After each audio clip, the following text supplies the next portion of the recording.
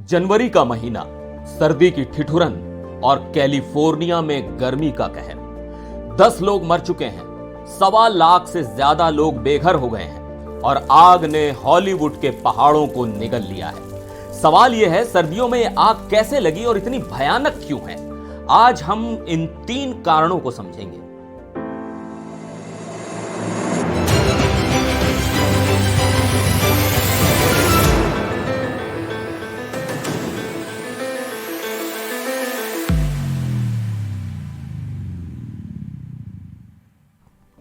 नमस्कार, मैं हूं सिद्धार्थ प्रकाश।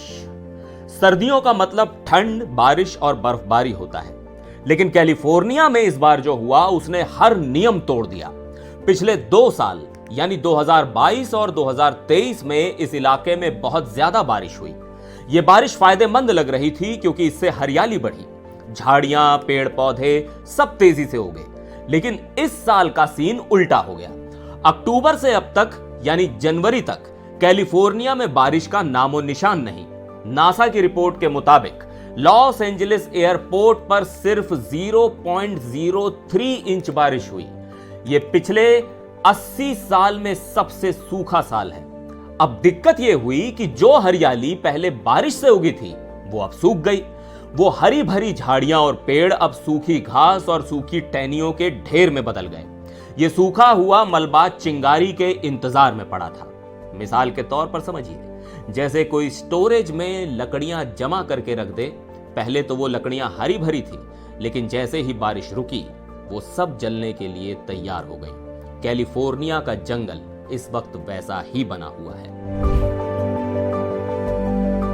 अब बात करते हैं आग फैलने की सबसे बड़ी वजह की, सेंटा एना विंड्स।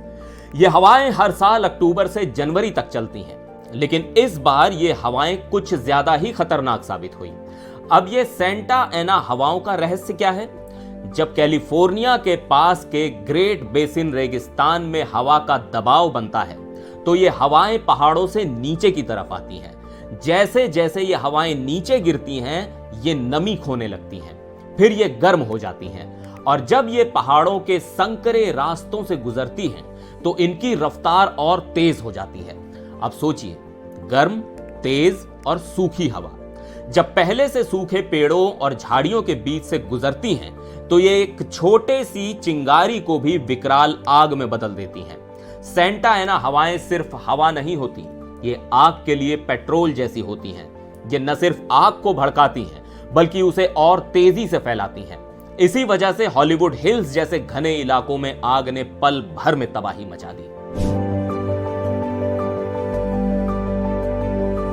अब यह तो समझ में आ गया कि आग क्यों लगी और इतनी तेज कैसे फैली, लेकिन इससे भी बड़ा सवाल है, आखिर ये घटनाएं इतनी आम क्यों होती जा रही हैं? और जवाब है जलवायु परिवर्तन यानी क्लाइमेट चेंज। कैसे जलवायु परिवर्तन आग को बढ़ावा देता है?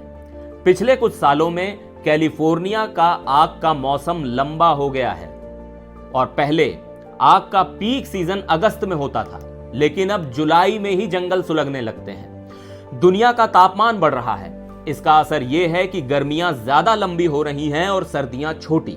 गर्मियों में तापमान ज्यादा होता है तो बारिश कम होती है। नतीजा, पेड़ पौधे सूख जाते हैं और आग के लिए तैयार हो जाते हैं। पहले जो बर्फ धीरे धीरे पिघलती थी और जंगलों को नमी देती थी, अब वो जल्दी पिघल जाती है। इससे जंगल जल्दी सूख जाते हैं। तो कैलिफोर्निया की यह आग कोई प्राकृतिक आपदा नहीं बल्कि इंसानी लापरवाही और जलवायु परिवर्तन का ही नतीजा है। सर्दी के मौसम में आग लगना इस बात का सबूत है कि हमारे पर्यावरण का संतुलन बिगड़ चुका है। अगर अभी नहीं संभले तो आने वाले समय में यह आग सिर्फ कैलिफोर्निया ही नहीं बल्कि पूरी दुनिया को निगल जाएगी। तो क्या हम जलवायु परिवर्तन को हल्के में ले रहे हैं? अपनी राय कमेंट में बताइए और इस जानकारी को शेयर करना मत भूलिए। फिलहाल मुझे दीजिए इजाजत। नमस्कार।